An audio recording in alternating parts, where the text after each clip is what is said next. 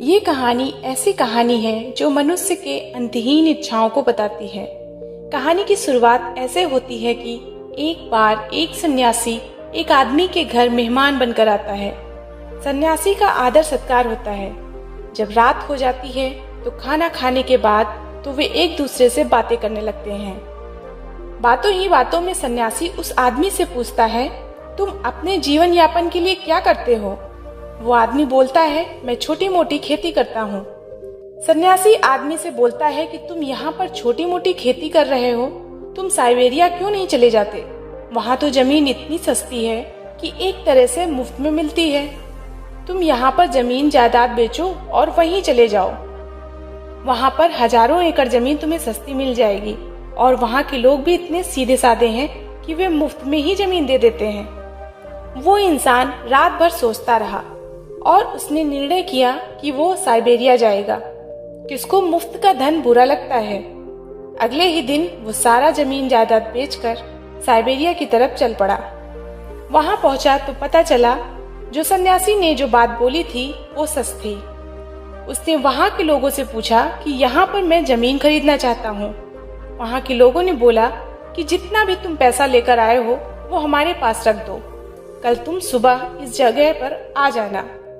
अगले दिन वो आदमी उस नियत जगह पर पहुंच गया। वहां के लोगों ने उससे बोला कि तुम्हारे लिए ये सुनहरा अवसर है, ये पूरी जमीन तुम्हारी हो सकती है, लेकिन शर्त ये है कि सूरज उगते ही तुम्हें अपनी यात्रा शुरू करनी है और शाम को सूरज डूबने से पहले वापस उस जगह पर पहुंच जाना है जहां से तुमने यात्रा शुरुआत की थी। जितनी जमीन तुम यात्रा करके घेर लोगे उतनी जमीन तुम्हारी हो जाएगी। रात भर वो आदमी सो न सका। रात भर वो योजनाएं बनाता रहा कि कल मैं कितनी जमीन घेरूंगा। सुबह होते ही सारे गांव के लोगों की भीड़ इकट्ठा हो गई। सूरज जैसे उगा वो आदमी चलना शुरू किया। कुछ देर चलने के बाद अब वो दौड़ने लगा। वो रास्ते के लिए अपने साथ खाना पानी सब का इंतजाम कर रखा था। उसने निर्णय कर रखा था कि आज मुझे रुकना नहीं है, बस दौड़ना है। वो दौड़ता ही चला जा रहा था।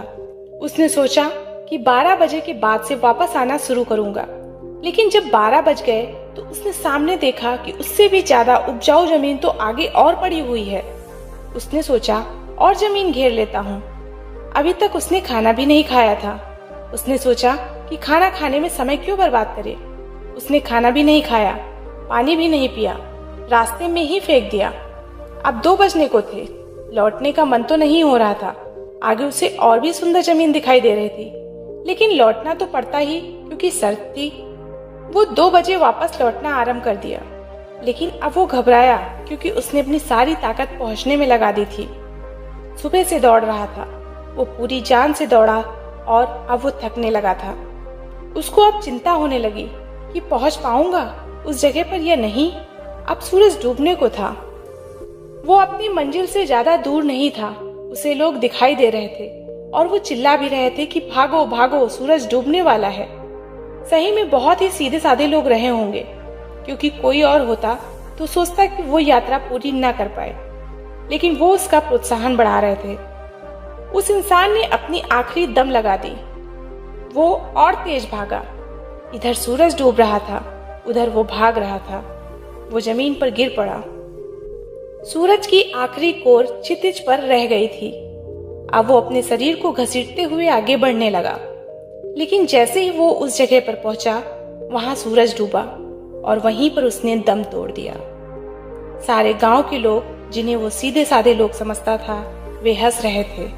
वे एक दूसरे से बात करने लगे, यहाँ तो हर दिन ऐसे पागल लोग आते रहते हैं, ये कोई अपवाद नहीं है। यहाँ आज तक कोई ऐसा आदमी नहीं आया कि जो इस जमीन का मालिक बन सके। इस कहानी का सार यही है कि ये कहानी हमारी कहानी है, हमारी जिंदगी की कहानी है, हम सब की जिंदगी की कहानी है। यही तो हम कर रहे हैं, दौड़ रहे हैं कि कितनी जमीन घेर लें, कितना पैसा इकट्ठा कर लें। 12 भी बज जाते हैं, दोपहर भी आ जाती है, लौटने का भी समय होने लगता है, मगर हम सोचते हैं थोड़ा और दौड़ ले। न हमें खाने की फिक्र है, न प्यास की फिक्र है। हमारे पास जीने का समय कहाँ है।